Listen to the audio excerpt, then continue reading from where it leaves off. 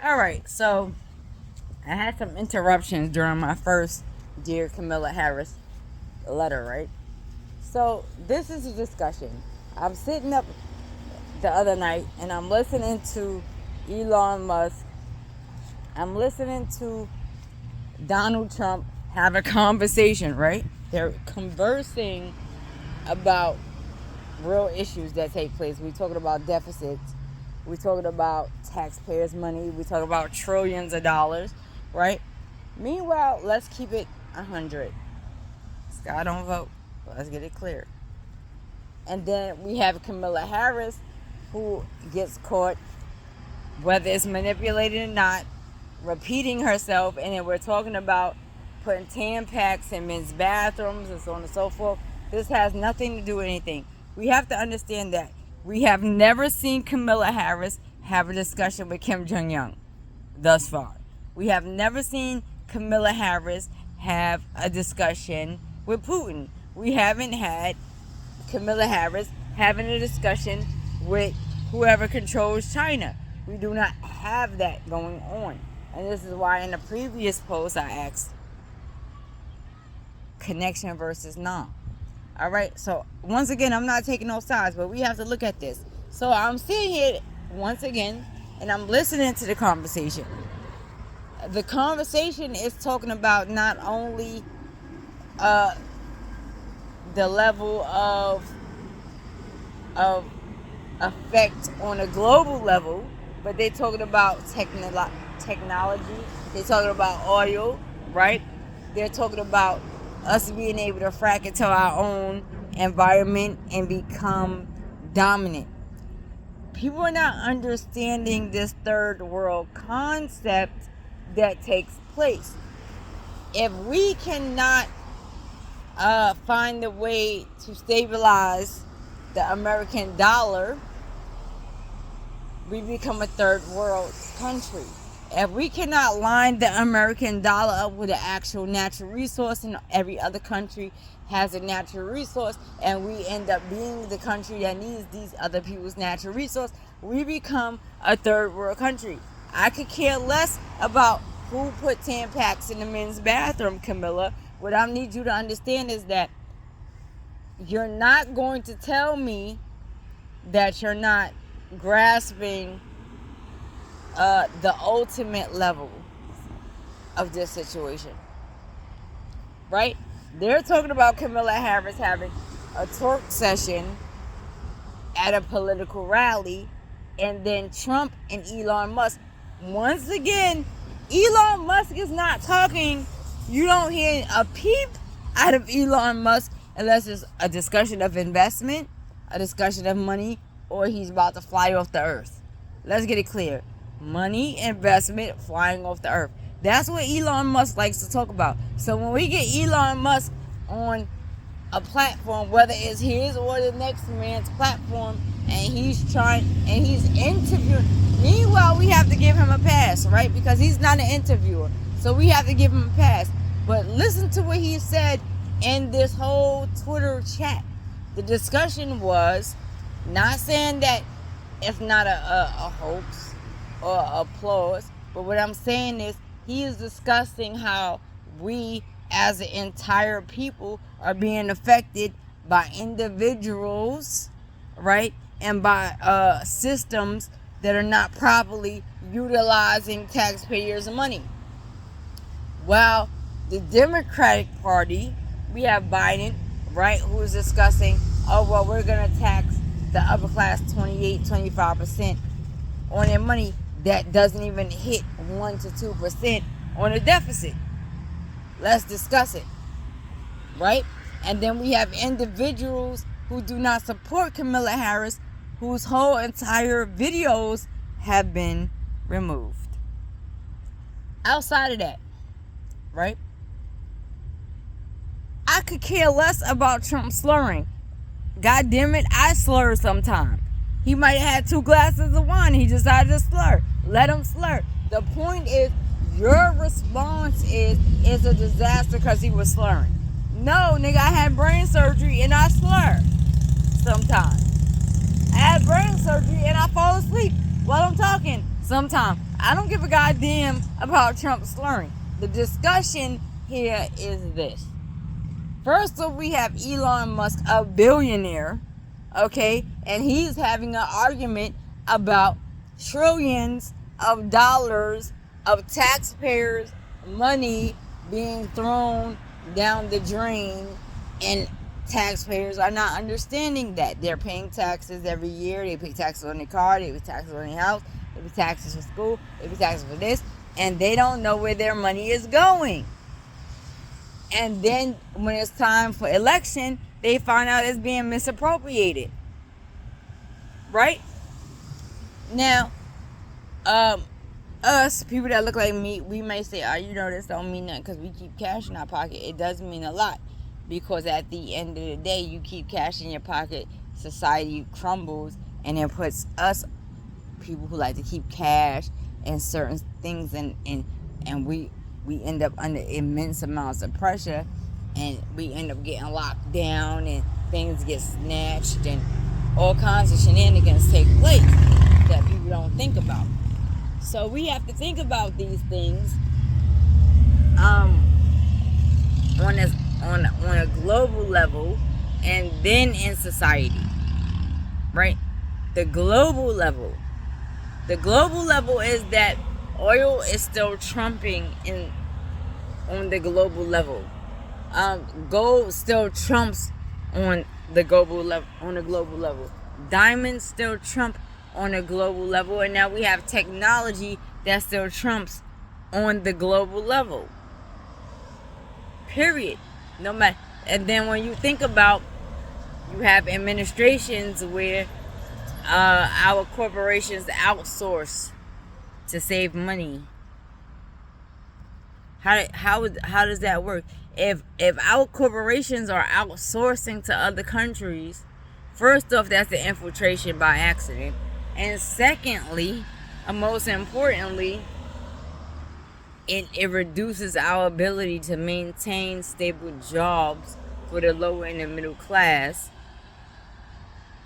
by itself. Now, understand the lower middle class and upper class, those are simply mentalities. It's just simply mentalities. Every man creates their reality. Every woman creates their reality. It's simply a mentality. Your mentality is to go to work from 9 to 5, retire, sit there, wait for a social security check. Fine, that's your mentality. Your mentality is, I'm a hustle. I don't invest in nothing, and I'm gonna take my chances. And that's the low class mentality. And then the upper class mentality is, I'm gonna own something. You might not own property. I might own gold. You might not own gold. You might own a farm. You might not own a farm, but you might own, a nice car collection. You might not own a nice car collection, but you might own a nice airplane collection. So understand that there's is levels to it, right? In order for us to have a powerful world power, we have to have a world, somebody, not a powerful world power, but a president that, first off, is not scared of freedom of speech, freedom of thought, freedom of idea, and freedom of creativity, and most importantly, the freedom for every man to create wealth in their own reality. The president and the government is not responsible for whether we are impoverished or not. That's a mindset. Now, what we have to think about is, if Biden stepped down, Camilla is running, and Trump is running, then who's running the country right now? That's what we have to think about. Who's actually running the country? Because right now, if you ask me, if Biden stepped down, Camilla is still running, Trump is still running, then we have a country that's going rogue. And that's making us look like fools on the levels of the world power. And if we look like fools on the level of the world power, then we become a third world country immediately. we literally become a third world country. Now, this is not fear mongering, this is real shit. Because if we have other countries, let's say, they're producing oil. Trump wants to talk about nuclear. They're producing there's clean nuclear, dirty nuclear. Nuclear that's, you understand what I'm saying? So you have to understand what we have going on. Now, the defunding of the military is like the worst idea ever when we dealing with world powers that have a larger population and a larger population of individuals that's willing to go into the military. We don't have the space to defund the military. What we have the space to do is heavily evaluate the military and the assignments that's given to the military to determine whether they are going to be harmful to the regular society versus the world power. We have room for that, but we do not have room to defund the actual military right now. People have to think about that. We don't have space and we do not have room to actually allow our corporations in this country, right, to outsource to another country, because if it leaves a gap for infiltration. If all of our cars are provided by China, then they infiltrate. Not saying that's intentional or in purpose or because they want to create war, but because it gives them access to how we transport. If there's a war taking place and we're buying our war technology and our tanks and things of that nature, our submarines from, let's say we're going to war with Russia right now. Not saying that we are, but let's use an example. If I go to war with Russia right now, do I want to buy my tanks from Russia? If I go to war with China, do I want to buy my submarines and tanks from China? Meanwhile, we have to keep in mind that we only go to school in America a certain amount of months, where they go to damn near school almost all year round, so they are more technologically advanced at this point. We're still trying to catch up, which then technologically puts us as a third world country by its goddamn self. So you're going to tell me that you're going to flip over all your technology in your house and it's made by China and they don't have the advantage? Does that even make sense? You think China is going to provide technology to the United States of America and don't have a way to tap into it? Does that even make sense? It doesn't make sense. It doesn't make sense. And so, this is what we have to think about as a population, as a country.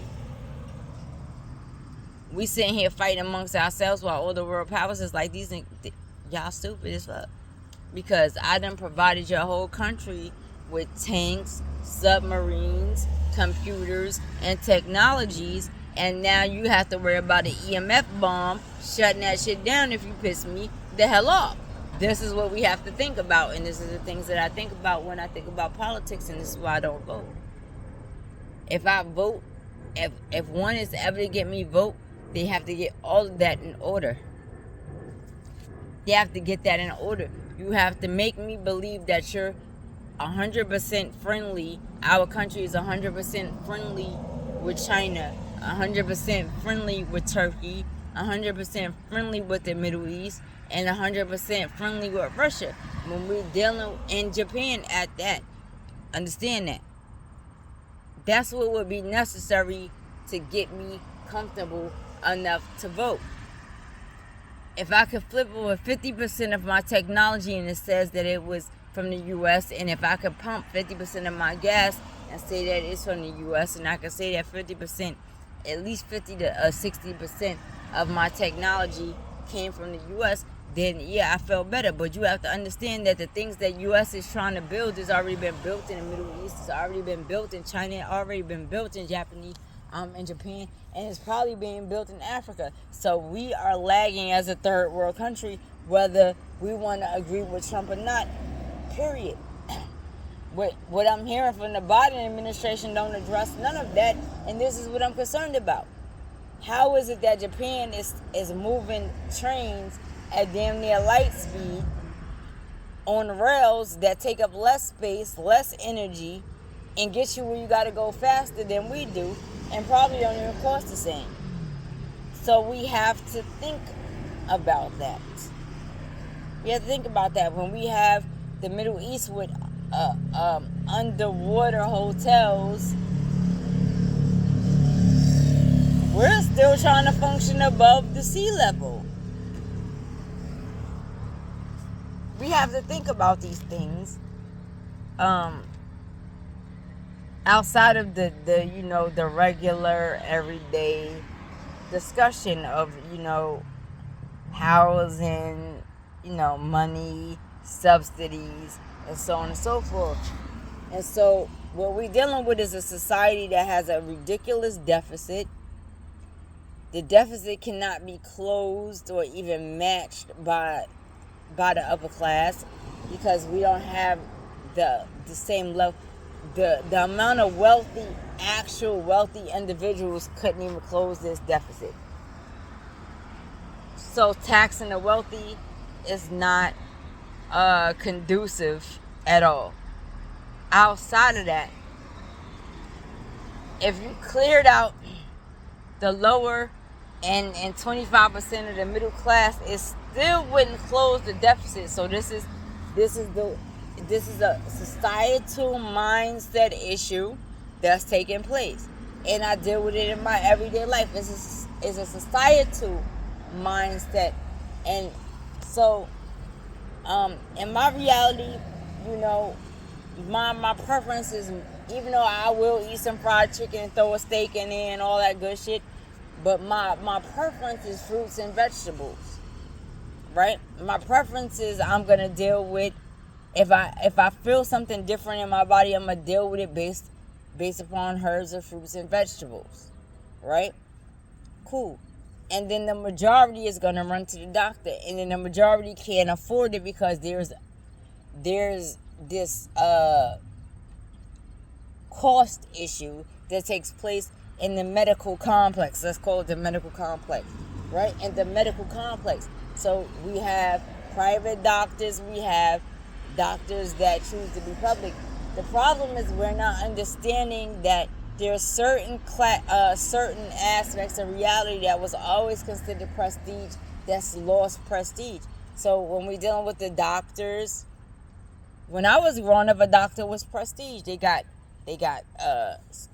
parking privileges. They got this privilege. They got that privilege. Almost like they was a part of of government. They wasn't, right. We have to understand how this shit go.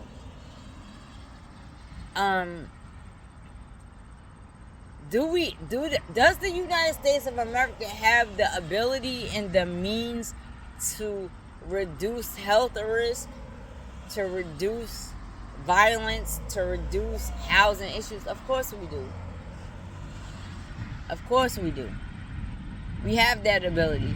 Unfortunately, in order to address that ability, or to put that ability in place, it requires a cleansing, like a fast, right? So the government would have to go on a fast. The government would literally have to be like, listen, if this corporation is a fast food corporation, you're not providing this amount of promotion of healthy living and healthy eating, we're gonna have to tax you. The middle class, the low class, and the upper class, remember, we still have to be conscious individually of how we choose to eat. And this is how society gets cleaned up. Because if these corporations end up being taxed, right?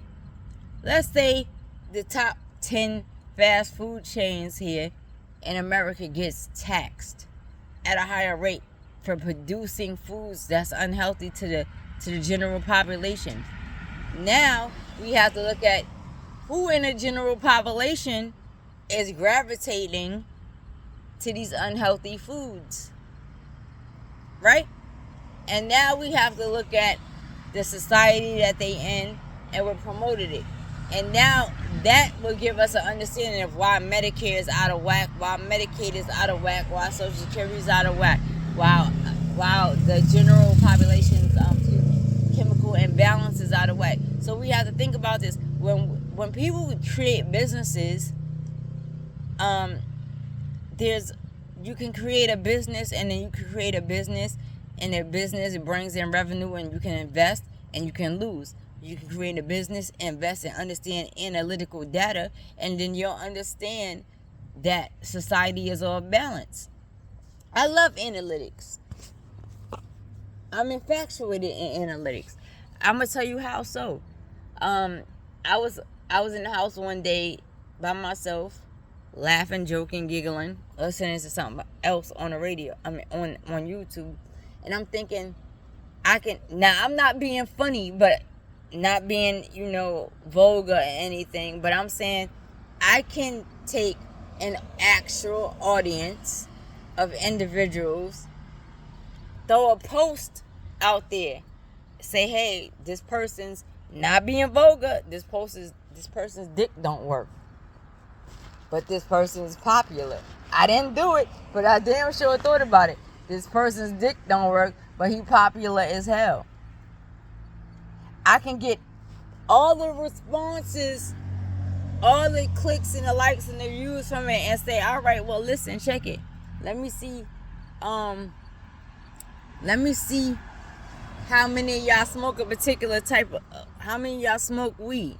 And then I could look at analytics and say, well, what strand of weed did you smoke? And then I could be like, oh, well, I'm going to promote that strand of weed to that individual, but I'm still courteous. So I'm going to sit there and tell them, like, listen, I put this post up, and this is what the response was, and you got 2.5 million individuals that smoke that strand of weed. You need to promote that. Outside of that, yeah, you can get a contract with Viagra, even though your dick works. So this is what we have to think about. Analytics is fun. It's full of space. And guess what? Somebody else probably tried to say that, but that was TT Sky. That's a fact. I really play with analytics. I like analytics. That's why I be laughing at celebrities. No disrespect, but y'all sitting up here throwing concerts, going on tours, working your asses off, but you still gonna pay for your drawers. You still gonna pay for your socks. You still gonna pay for your clothes. What you doing? If I'm a celebrity and I can bring in 2,000-3,000, I could fill an arena of individuals to watch me perform, and I put on your shirt, I'm about to go backstage on my computer and try to figure out how many of y'all went to go buy that same shirt so that that company can give me that shirt for free. I'm not finna pay for that. If I have an arena of 4,000 individuals, and out of those 4,000 individuals, 200 people every time if I throw that shirt on, every time I go and do a concert, it's about 200 to 150 individuals that's gonna buy that same shirt because they like the shirt because I did the concert in that shirt. You're gonna give me a discount. I don't understand what you're talking about. All the way down to my socks, all the way down to my drawers. They don't want me to ever be a celebrity because I'm petty. I want to bargain on everything. Anyway, I'll talk to y'all later. Deuces. It is me, TT Sky, and it's regular. Deuces.